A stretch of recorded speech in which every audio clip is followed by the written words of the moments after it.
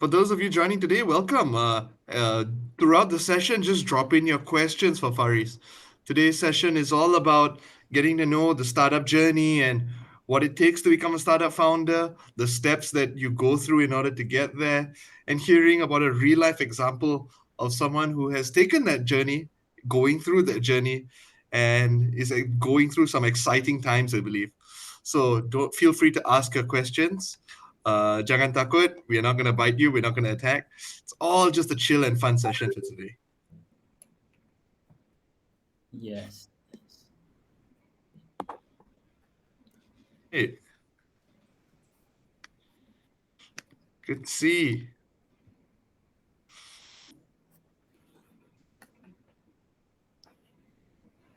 So how's your Right. past week, Nash? What's your days like being Ah, running a program? I saw so many things you're doing. interesting. Like a part of what I do is being an ecosystem builder. So it's meeting startups, it's meeting mentors, potential investors, and it's very exciting to kind of meet all the different players in the market, right? Yes. So when we talk about an ecosystem, it's all those little different players that work together in order to make things run and move. So today I had an interesting day. Got to meet uh, somebody who has been a startup mentor for the last like 10 years, been in the space, been in the private sector, been in agency, worked in startups as well at a point, all right? So I was just having a conversation with him on the journey forward for startups in Malaysia. And I got quite a lot of interesting insights, especially when it comes down to the mentality that you kind of need in order to be a founder, as well as really digging into like some of the steps. Hopefully, we'll get a little bit of time to talk about some of these things as well later on.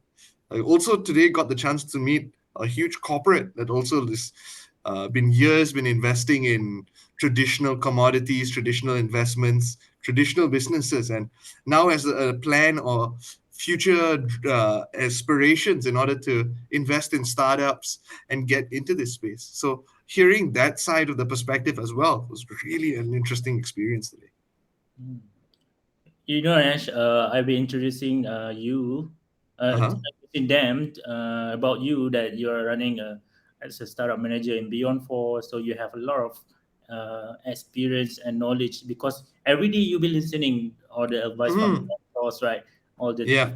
important takeaways. So also they really want to connect with you and get to know some insight from you usually. Yeah, I mean, like I think while still waiting for people to dial in, I think working at Beyond Four and working at a startup ecosystem builder.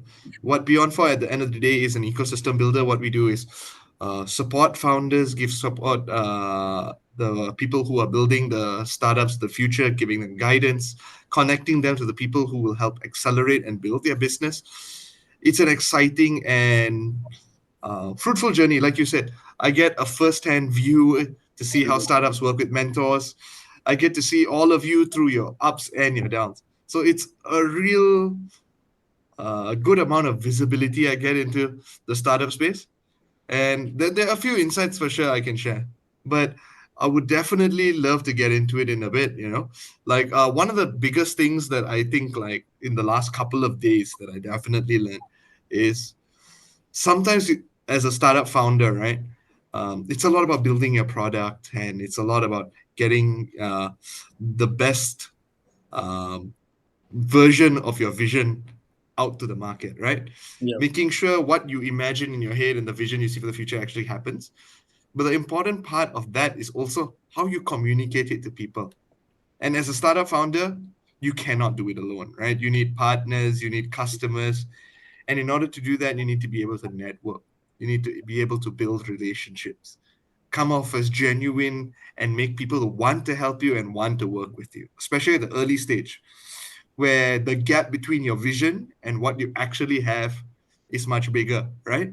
yeah, So, especially learning to network, learning to build relationships. I think that's something is sometimes often overlooked by founders, but that's sure. a very big part of it. How do you build relationships? How do you get across your story? How do you come off as likable? How do you get people to be on your side? It's a huge and beautiful part of, I think, the entrepreneurship journey.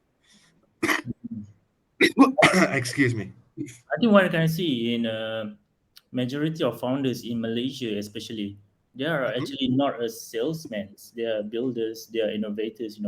Because maybe Hmm. they're having a hard time, to network themselves, to start reaching out, to start sell themselves, because Hmm.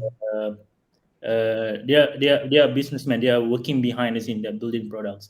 But apparently in US, most of the startup founders that admitted in YC Yeah, accepted, most of them is salesmen. Yeah, that's a good insight actually. yeah. Good. Yeah. I think then it comes back to like when we talk about founders and specifically, right? If we talk about usually the leaders of the startup, the word CEO should mean chief everything officer, right? Yeah. Like like it's very rare you meet a startup that really creates such a visionary based product, right? Yeah. That the product is enough. You need to network, you need to build. I think the startup right now that's on everyone's lips is OpenAI, right? Yeah. Chat GPT has revolutionized the way people look at machine learning and AI and the potential that it has, right? Yeah. Yeah. But before they could even ship their product, right, they had an insane level of backing, right? Yeah. Support from some of the biggest players in the market. Elon Musk was once a part of them. I believe Microsoft was working with them. In order to get all these guys on board and in order to build a business like that, while it is integral to have a brilliant product and to serve your customers well, it's also very important to build a support around you in order to get to that stage. Yeah. So it's a little bit of chief everything officer, being able to build a product, lead a strong team, build a great team, as well as getting the right partners to work with you. It's a bit of a scary game being a startup founder, but I'm Yeah. sure like It's Faris, quite a you've bit. you've been a founder so many times, right? Like you definitely have gone through the ups and downs and the steep learning curve, no? Mhm. I mean, I've been into some of the business, but uh, honestly speaking, being a startup, tech startup founder is a totally different game, totally different ball, because it's like you have to reset everything, whatever that you learn or you achieve uh, in the past. You need to throw it away and you have to restart it again, because right now, maybe last time you have to answer to your customers only, right? Now you Mm-hmm, have to mm-hmm. answer to a lot of people, and these people are more experienced than you, right? Mm. So basically you know nothing in this game, so starting from zero again. Starting from zero, starting at the beginning, right? Yeah. And everything has a beginning. And that's why I'm so excited to be joining you guys today for the first edition of Ulalive Talk. Lisa, maybe you could share a bit more about Ulalive, the Ulalive Talk, and kick us off for today's episode. Okay, great. I guess I'll start. So, hi everyone. My name is Lisa, and I'm the co-founder and CMO of Ulalive, basically the company that you decided to join today. So, with me, as we introduced a bit earlier, we have Nash and Fareez.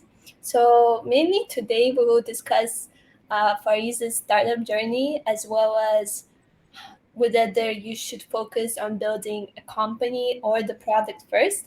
Faris is also going to share his personal insights into what it's like being part of startup ecosystem as well as just growing your business in general. For those of you who don't know what Ulalive is a B2B, meaning business to business, software as a service. We help businesses turn product videos into URLs from which their customers can instantly stream and make purchases. Um, Essentially, we work with businesses, but we also cater to creators, streamers, marketing, etc. So, Nash, if you want to start us off with questions, that would be awesome. I think they all want to know your backgrounds. All Yeah. right. Sure. So, once again, hi guys. I'm Nash. Full name Avinash Vilat. I am very privileged to be the community manager with a company called Beyond 4. So, what Beyond 4 does is we are a startup ecosystem builder. A lot of big words. But what that basically means is We are a support for entrepreneurs, startups, business people, and dreamers, right? You have a business, you have a solution, you have an idea of something you want to build. Beyond for runs programs to help accelerate your business through mentoring, guidance, connection, as well as opportunities in order for you to number one, learn, number two, receive guidance, number three, grow your business, and number four, scale. So with Beyond Four, our focus is on helping our founders and helping you guys make the best decisions for your businesses in the future. Right? And today, I'm so excited to actually speak and have a huge amount of insights from one of our very promising founders, Mr. Fareez, the founder and CEO of Ulalive. So, hi, Fareez. I think just to kick you off and start this, I just wanted to ask you a bit more about your journey. All right? Could you tell us a bit more about maybe your background? What do you do? And how did you begin your startup journey? Uh, Hi everyone, and thank you Nash for the introductions. Okay, it all begins in 8 years ago when I Mm-hmm. started a few business. I mean, it happens accidentally because I didn't intend to get into the business, but somehow at the time there is a limited product available in the markets, so I tried to reach somebody Mm-hmm. to join me build the products Mm-hmm. and just for our own use. We don't even decide to set up business, we don't even decide to market it to people or sell it to people. So apparently at the time people like the product so much that we have to sell it um, to door, driving the car from door to door and sell our products and reach out to our friends, and eventually they all like our product. And since then, I started to grow the business and begin market the product to everywhere else. So my startup journey started a bit late, which Mm-hmm. I can say that around 2020. But way before that, I've been following the startup scenes, uh, Mm-hmm. especially in Malaysia. We all know that the lorry, right? And these are the OG, like people who start the ecosystem, Mm-hmm. fashion village, right? So these are the startups OG that finally raise the funding and start making people VC look at our country. So Mm-hmm. I've been following them. I've been watching videos about YC Y Combinator, the it's like a fancy accelerator in US. So and then I started to build interest in startup, especially technology company.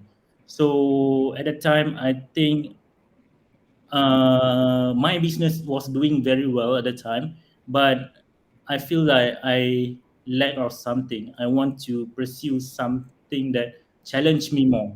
It's not about sales.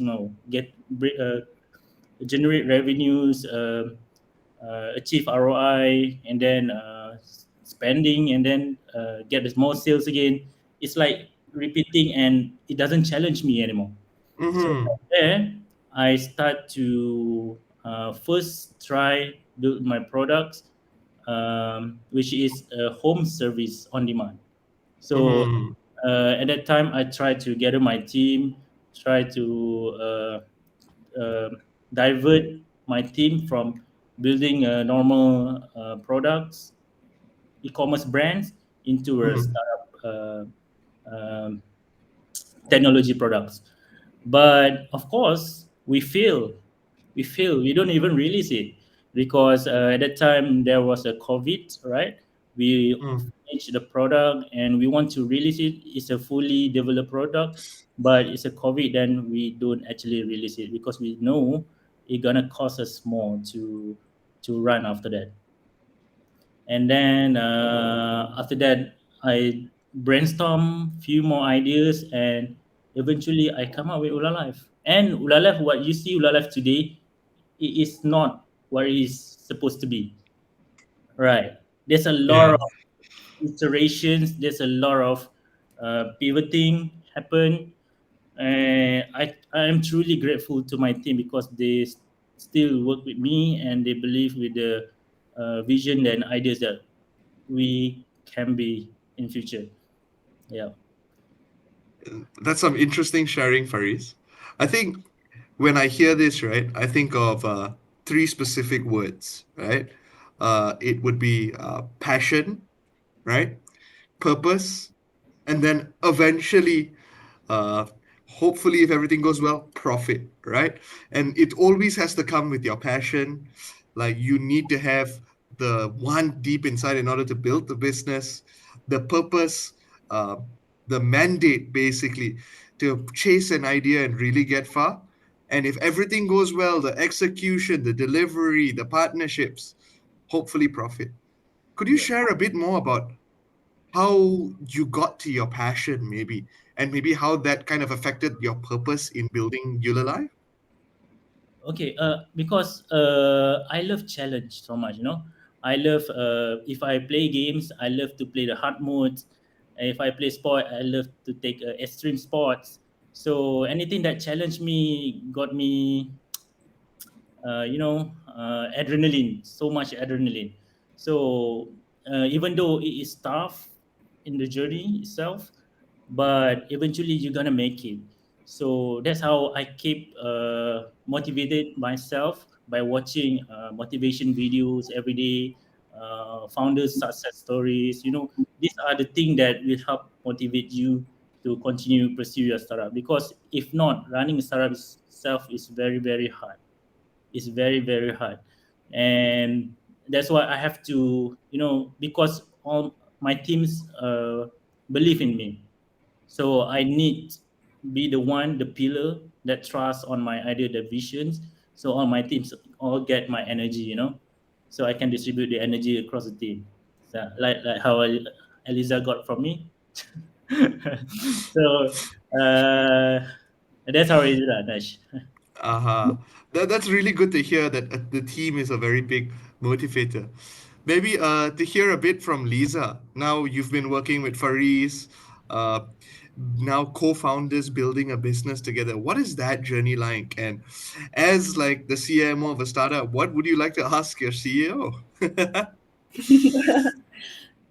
Okay, so I guess I'll start with what's the journey like. So I joined Ulalive a bit later when Safari started it. I joined in 2021 in March, around there.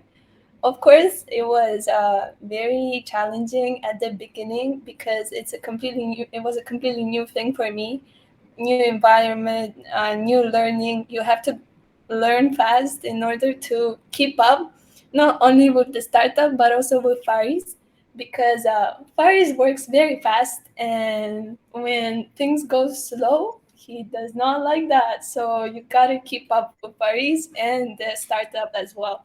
So I guess in terms of the journey wise, I will ask my question. So, Paris, before you actually started Ola Life, what do you think was like the one of the obstacles that you faced in your previous startup or anything? And how did you overcome that? I think one of the challenge is actually to convey the idea to the people, Mm, because if you have a great idea, but only you can envision it, but it's very hard to like deliver the message to investors, to your families, to your friend. We need them to like believe in us, believe in our idea. So besides that, I think is the toughest part is to find the co-founders, right? Because I met a lot of people in my life, in my career. So I am really very selective to choose people as a co-founders, because from the people that I met, they want a quick return, short-term return. They mm. want, okay, I join your startup, then how much you gonna pay my salary this month? How much you gonna without? But they don't get the bigger vision. they don't get the bigger, um, you know, vision to how long this startup will be.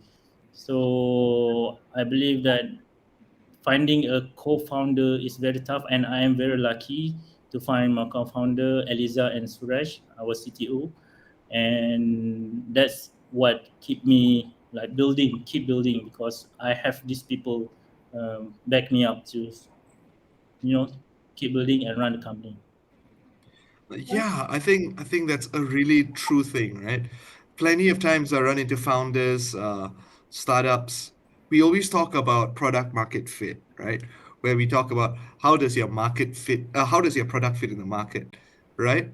But at the same time, we also need to talk about founder fit as well, right? How well do the founders fit the market that they're chasing? How well do the founders work with one another in order to achieve that market goals? You know, and that also comes back to something that I want to drill a bit down to what you were sharing, Faris. Okay. Storytelling, right? Yeah. I think the challenge that a lot of young Malaysian founders or Malaysians in general have is we are really good at building things, Yeah. but verbalizing our story, telling people why they should care about us, right? Yeah. Sometimes does not really translate from product to page to investment to presentation. So maybe you could share a bit more about how you began to craft the story of Ulalive, right? From where it started to such an attractive tagline that you guys have, revolutionizing video sharing for e-commerce. How did you reach that story? Actually, when we were first starting, I am truly horrible at this part. You know, I'm not Mm, a storyteller. I'm not a good founder, good businessman. What I can do is maybe generate making money to the business, mm, but I'm not really good at telling people or communicate with people. So, mm, but as a startup founder, you have to learn all these, skills. You have to learn a lot of skills, like, but the major part is storytelling is the, I think, the most crucial when you become a founder. Storytelling and be creative, because you need to deliver all your vision and message to the right people to trust your mm, idea. So when I try to recruit Eliza and Suresh to be part of my team, so I need them to understand what we are building, what we're gonna mm, be, what is the expectation to be in the next 5 years, 10 years if it happens, right? So mm, that's how I also pitched to Eliza, and eventually how she joined my team. mm. Yeah, maybe Lisa, could you touch a bit more about how maybe you bought into the story and how the story has evolved from the time that you've come in? Well, actually, when the first meeting I had with Faris, I don't think I sounded very optimistic about the idea. I I told Faris, "Hey, do you know actually like 90% of startups fail? So That's how Eliza first pitched to me. yeah Straight out with the statistics. Yeah. yeah Love it. exactly." This was like one of the first things I told him. I'm like, "Hey, startups actually fail, and pretty big majority of them do." But then getting to study what Ulalive has accomplished at that time, how hard Faris was working, his background in startups as well, I realized that it's an opportunity worth pursuing because I Hmm. saw the future of the company and I saw it going big. It was just a Hmm. matter of how we grow it and like what I can contribute as well. So yeah, I guess so. Yeah. Yep. Maybe any question from other people?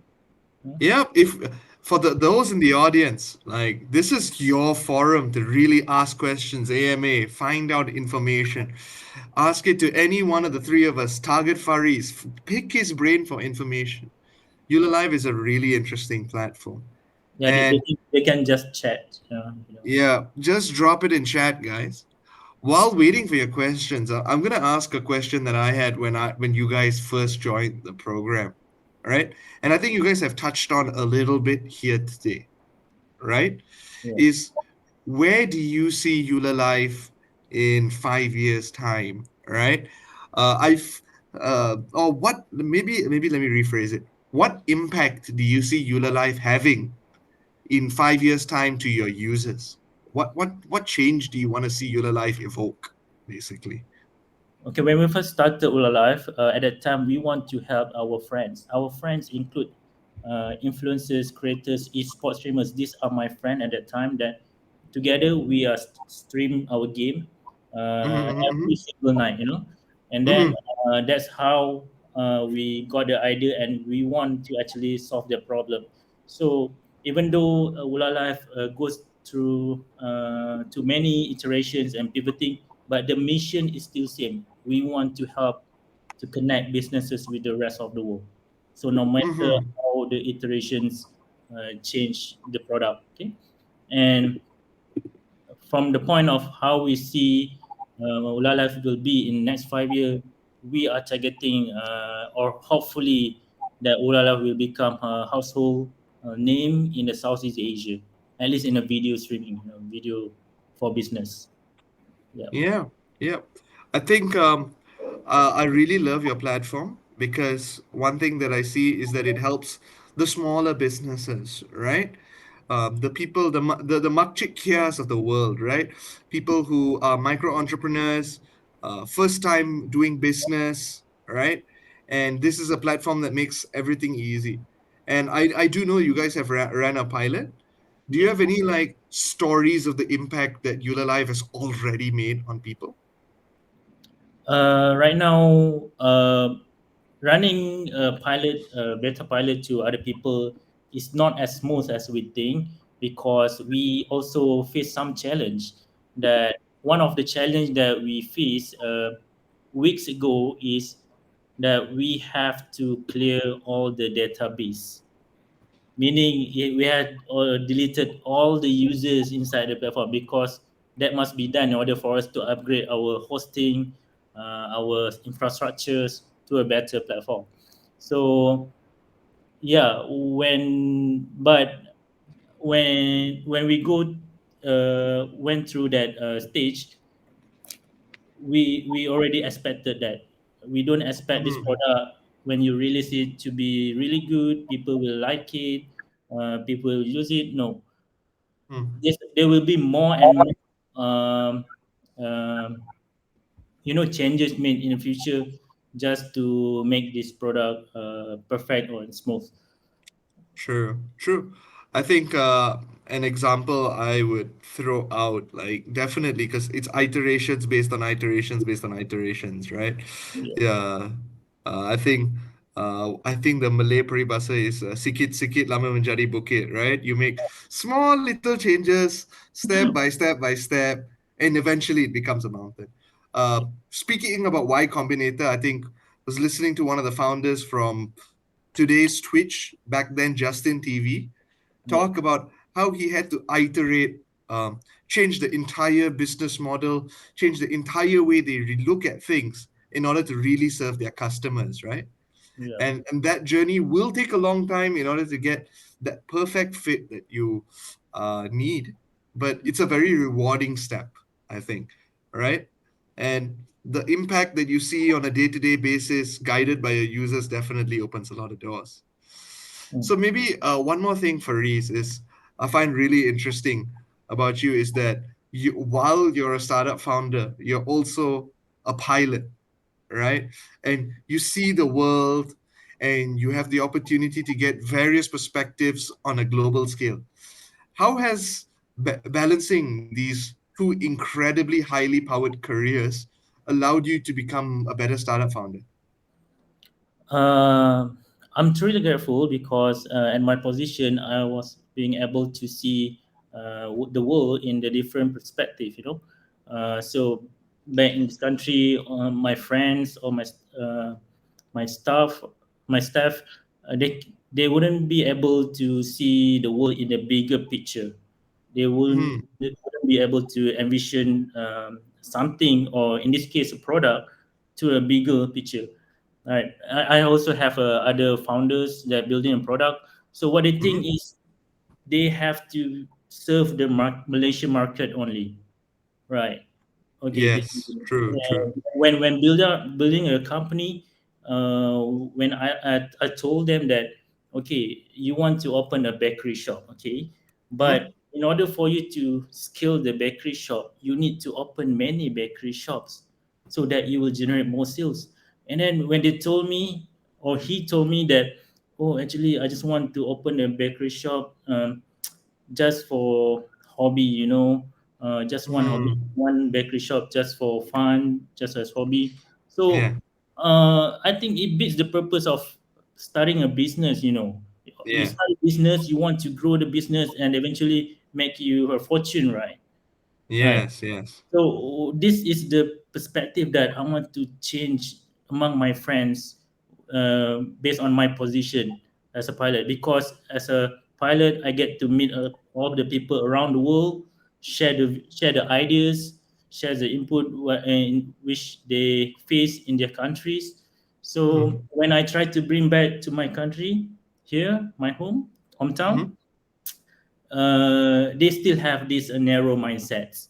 So, which I hope that people are start to open, and that we don't only serve in Malaysia, we can serve anywhere around the world, and we can also build the business to serve all the peoples around the world, right? Yeah.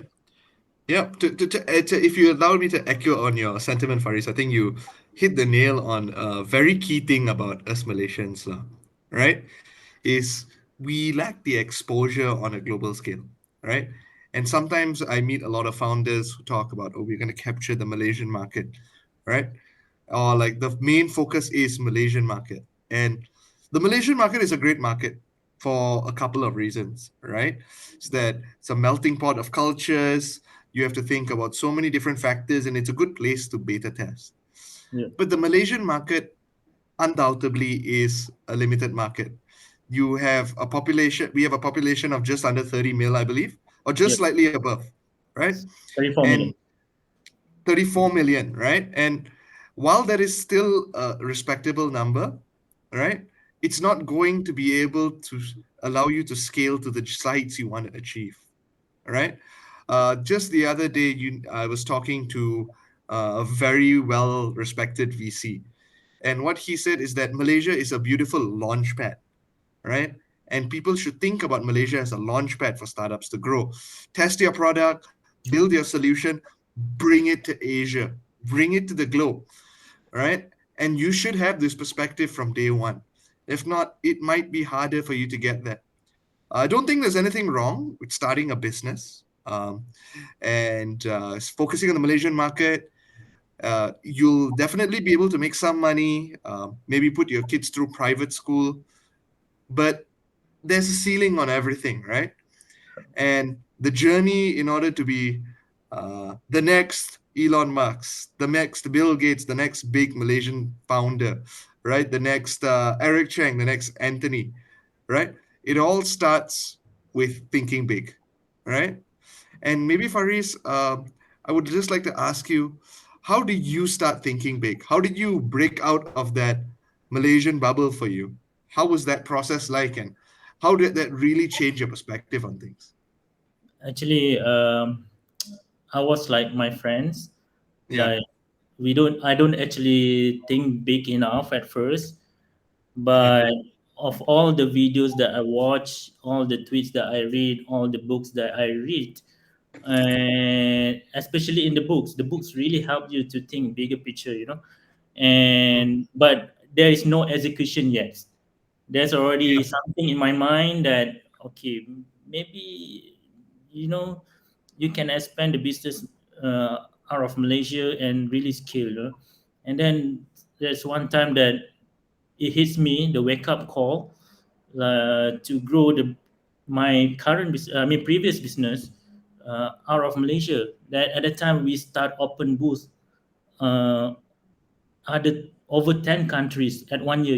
We are really scaling very fast. And then I don't really focus at Malaysia anymore, because when I look at the statistic, if you capture Indonesian market like 300 millions, Malaysia is only 30 millions, right? So Exactly. Yeah. the Indonesian or market is as big as US. So that's how I think that okay, maybe I need to start looking at this in a different approach. So Mm-hmm. that's how I scale my previous brands to over 30 countries. And at first, when we start to deal with the distributor there, start to deal with the buyers there, of course, they have in his mindset, oh, you're Asian, you're trying to enter our country, right? So it's very hard. But the customer like our products, so they have to bring in the products into their country and start taking our product. So from there, Mm-hmm. I think that there is no impossible in doing business. You can do Mm-hmm. many ways, and what you have to answer is only your customers. That's most important. Yes. Yes. It's very important to be customer centric.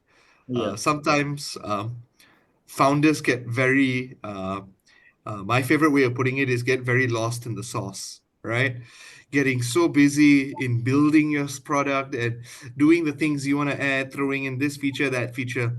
But at the end of the day, you should always be customer centered, right? In any solution or idea that you build, right? You need to have your idealized customer in hand.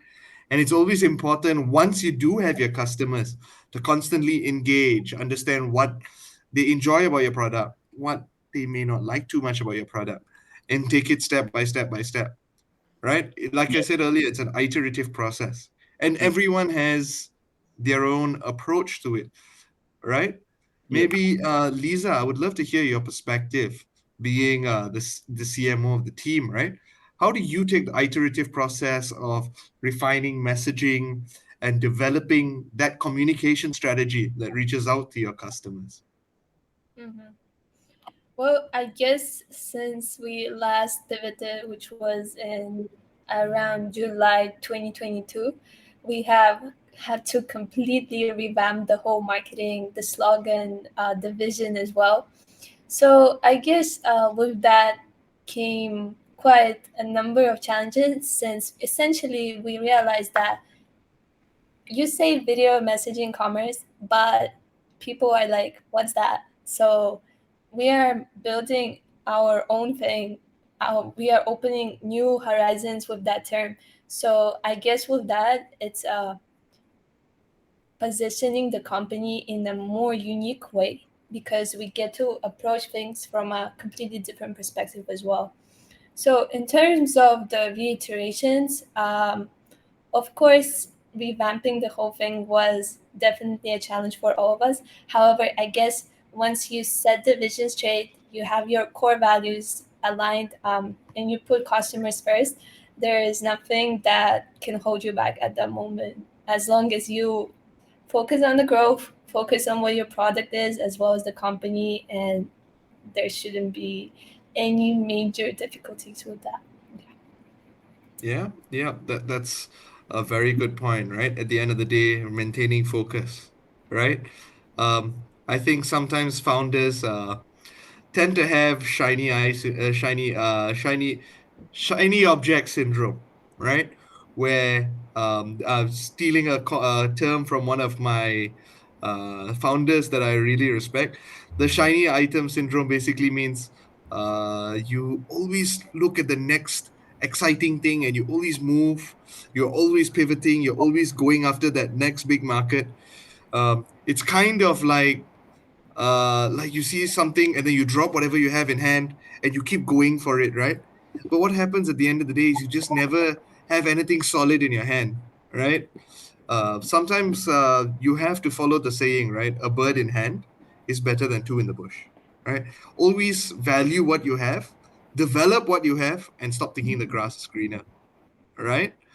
So Faris, like especially in building your business, how do you balance pivoting because it's necessary versus chasing something that you heard about somebody, something that popped in your head and is suddenly a very attractive prospect? How do you analyze what is a smart pivot versus what is a very frivolous change? Okay, I keep telling myself that I shouldn't chase any vanity metrics. What I mean by vanity metric is I got the awards, I go to the conference, I become the speaker. So these are the fake metrics. They are not moving the needles. So based on the my other founders or other people that are interested in these metrics, that I find out that they are really having hard time to grow their startup, because most of their time pointed towards chasing these metrics. So, in order for me to balance all my energy, all my focus, I list down all the important things that actually move the needle. If I'm pivoting, I need to be um, fully focused and choose where I put my energy into. So when I list down, I can actually see, okay, these are the goal that I achieve. What's next? What's next? And what's next? So from Mhm. there, it eventually become a real product or something new, post pivot. So from scratch. So I think it's important for you to choose um, uh, things that are actually move the needle to actually take off your products. Yeah, Makes sense. End of the day, being product focused and developing it from there. yeah, But one key thing, Faris, about successful founders is they are always learning, right? yeah, yes, And especially when you're building your business, you're taking the next step. It's very easy to fall out of the habit of learning new things. So constantly searching for knowledge. So maybe you could share some of your routine and the things that you do in your daily life to ensure that you're always learning, always reading, always growing as a person. actually this is the hardest part, because I am very flexible because my schedule need me to be flexible and adaptive. So as a pilot and as also as a founder of a busy startup, so I don't have a fixed schedule that I follow or I set. Mhm. It's just Yeah. that it happened that my schedule as a pilot requires me to fly at night. So most Hmm. of the time I wake at night and arrive in the next morning. So because of that, it happens to be my habit or routine even I'm at home. So and this then I work on my project or especially my startup um, at night compared to the on the day, because day I prefer to take more rest and do my other stuff. Also, as a pilot, when you work at night, there's a very, very quiet night, up in the sky at 39,000 feet, 40,000 feet. Everything is dark. There's nobody there, only you and maybe your passengers, right? So that is the time that I find out that this creative idea came out. Sometimes you Hmm. just need to be in a quiet environment, need to escape yourself from the busyness, from a noisy environment, and just be quiet and alone. And I think it works for me. And most of the crazy and uh, creative ideas come during that time. Yeah, It's like a form of meditation, no? When everything is silent, you're alone with your thoughts. I think that is something that everyone should try and enjoy and yeah, try and go through at least 10 minutes a day alone with your thoughts, reevaluate the day that's gone past, and think about how things can develop. Oh, I see we have a question in chat. Lisa, maybe you could share it with Faris. All right. So Mel asked, so how to increase sales, or maybe you have any marketing tips for F&B. So my family runs a small restaurant business for the last 5 years, and we had a good start initially. However, after 2 years, things have sort of changed. So essentially, any tips or both sales and marketing that could help in this situation? Yeah. Thank you so much for the question, Mel. Maybe we'll start with you, Fareez. Any Okay, thoughts? I'm not really an expert in F&B business, but what I can say is you should really try different approach. I see that you already started after 2 years, and things are start to get stagnant. You're not building the more revenue, more sales. So, and also I noticed that for the past few months, the F&B business is quite challenging because the increased price of raw materials, right? All the inflations. But what I think is you can actually try different approach. What I mean is maybe you can start offering something new to your customers. You start offering new price, new discounts, start to market to different sets of customers. Because running a business it will never be stagnant. You need to keep experimenting your price, your customers, your locations, your strategy, your discounts, and until you finally found a sweet spot, right? Mm-hmm. So what I'm suggesting is try many ways to talk to your customers. Okay, if they like, example nasi lemak.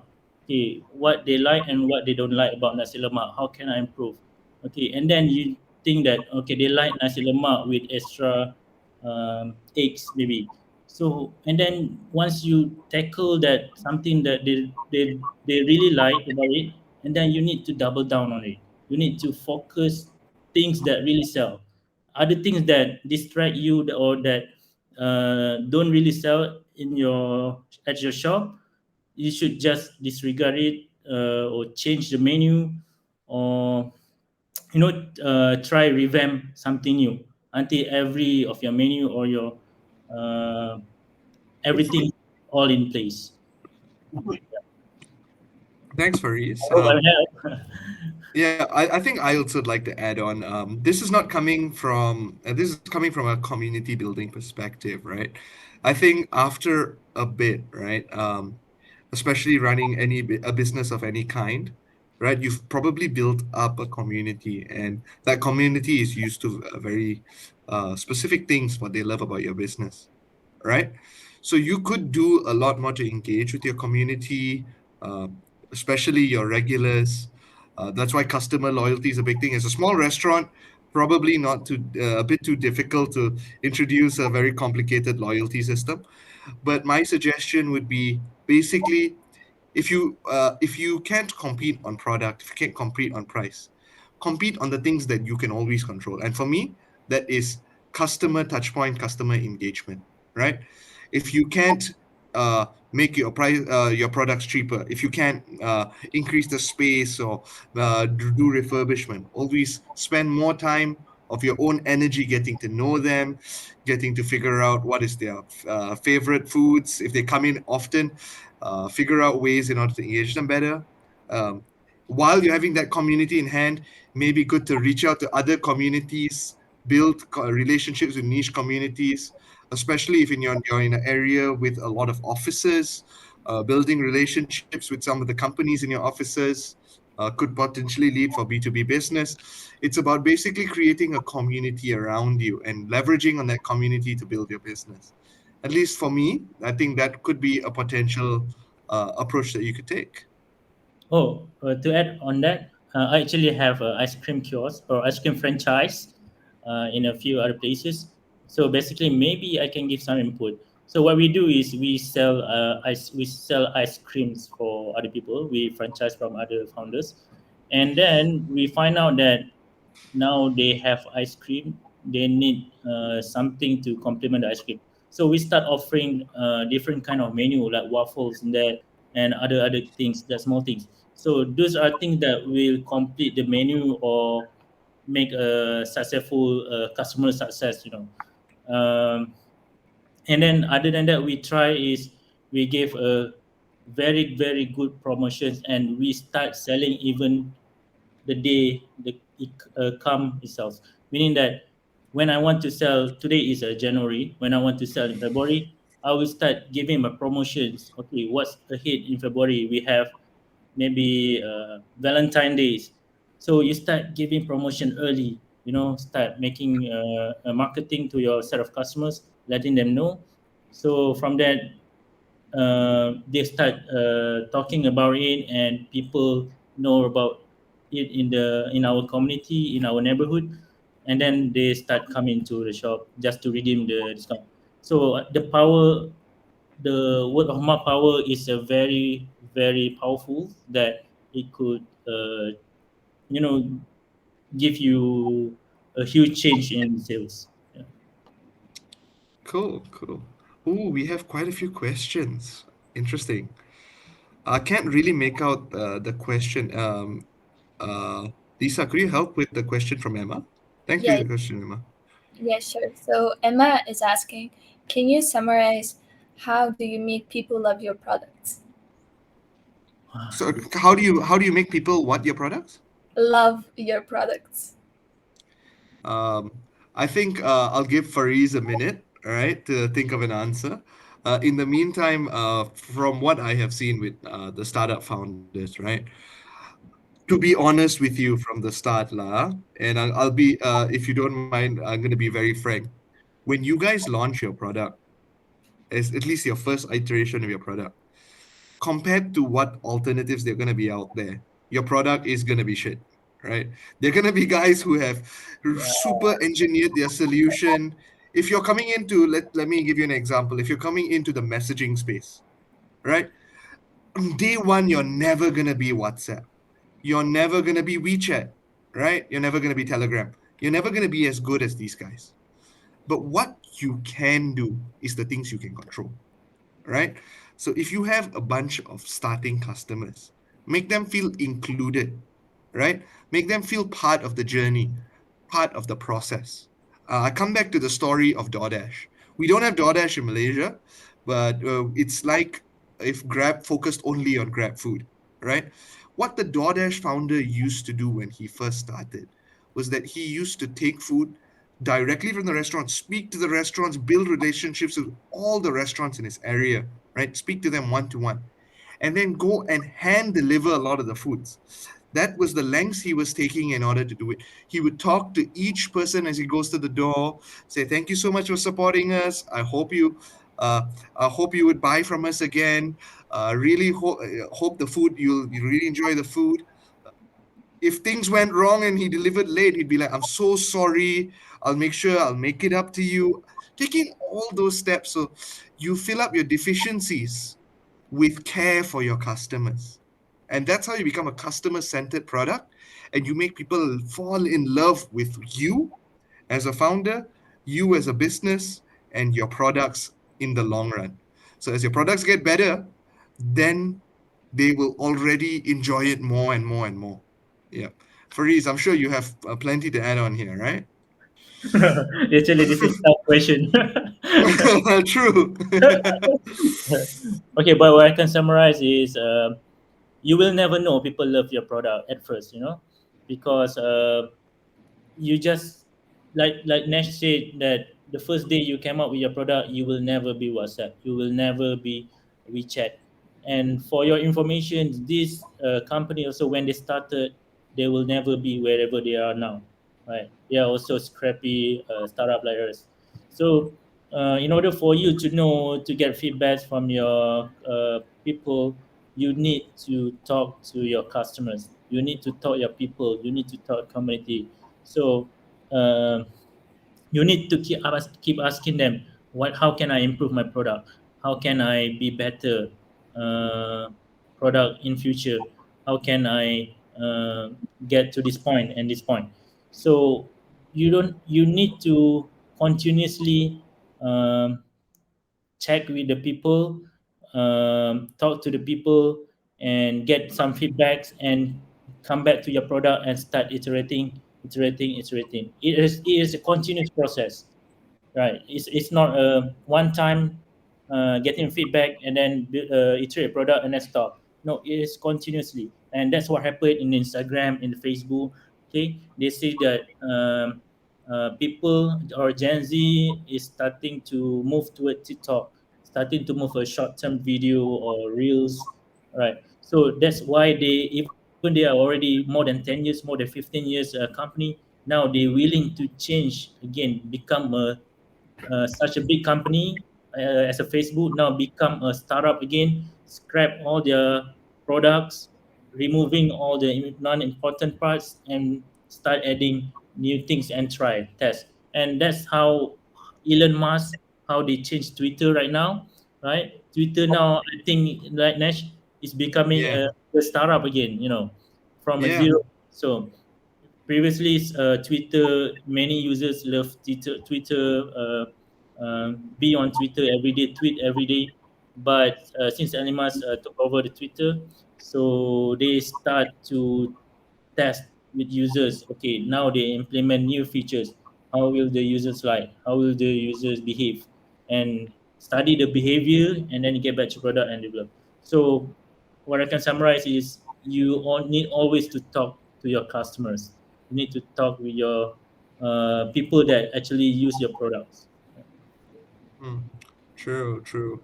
Love that, Fareez. Um, Lisa, I think we have one more question, right? Yep. So the question from Nick is, any tips on how to get hired in tech startup space without any corporate experience on my resume? I think this is Nash expertise. Uh, I mean, I speak to a lot of founders, and I think here that there is a very inherent gap. Okay, so Malaysia, we have a bit of a talent gap, right? Startups are looking for high quality talent in the tech space, and a lot of quality talent are looking for roles, right? But where the gap comes in is in the experience, right? As well as uh, the expectations on remuneration and salary and things like that.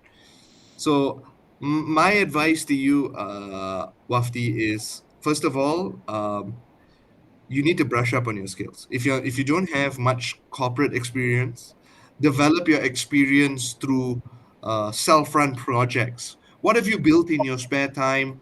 What are the creatives that you've done? Initiative is a very powerful thing. Sometimes it's more powerful than having a big company on your CV.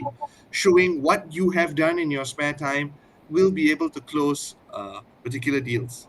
And the second thing is my opinion is if you really want to get hired in the startup space, right? You need to brace yourself for the realities of the space. It's a very scrappy space. Um, and it's a space that you need to understand to a certain extent, right? It's a tough journey, right? The startups that you would probably join, if you're talking about really early stage guys, are gonna be a bunch of guys in their basement, a bunch of guys living at home, a bunch of guys building the platform. And it's gonna be very stressful. You're gonna be working 9 to 11, 9 to 1 a.m. in the morning. Nothing shocking about that. And you'll be working those hours and building a solution that may or may not become something big. So in a way, it's a big risk. It's a big learning curve, good experience, but you need to ask yourself, are you willing to take those extra steps? If you want, you can reach out to me. We can have a conversation after this point, and maybe I can give you some additional advice and see if we can get you connected with some people who'll be able to help. There are some interesting platforms out there. Shouting out maybe Get Me Technology, an early stage startup that also helps people find roles. Working with all these guys in the space that are doing placements and working with startups in order to find talent, that might be one way for you to go and build it. But basically, the key word I would want to summarize everything. I know it's been a lot of word vomit from me at this point, right? Because it's a very wide thing, but it's initiative.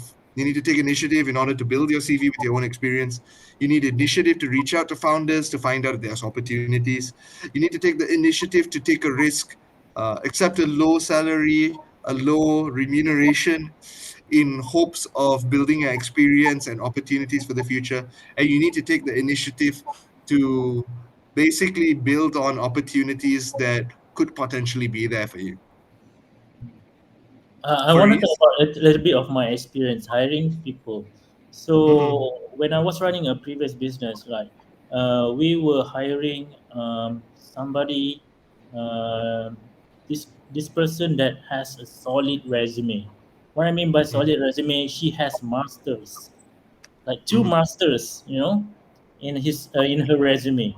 So we think that, okay, based on her experience and resume, she will be the perfect candidates. And along the way, when we were trying to work together. I found out that the quality of the performance is very very poor. Right. Okay. So this girl has a solid resume, but her experience, her skills, her communications, her behavior is very poor. So, in terms of my opinion, when I want to hire people, I don't really look at resume. So resume is kind of like second thing that I look for. The first thing is we need to get in the same page. I need to know that you fit in the position, you could adapt very fast, that you can learn very fast and eventually contribute something. So if you have a solid resume, that could be a bonus to me. And I think this same thing is happen to any other startup founders.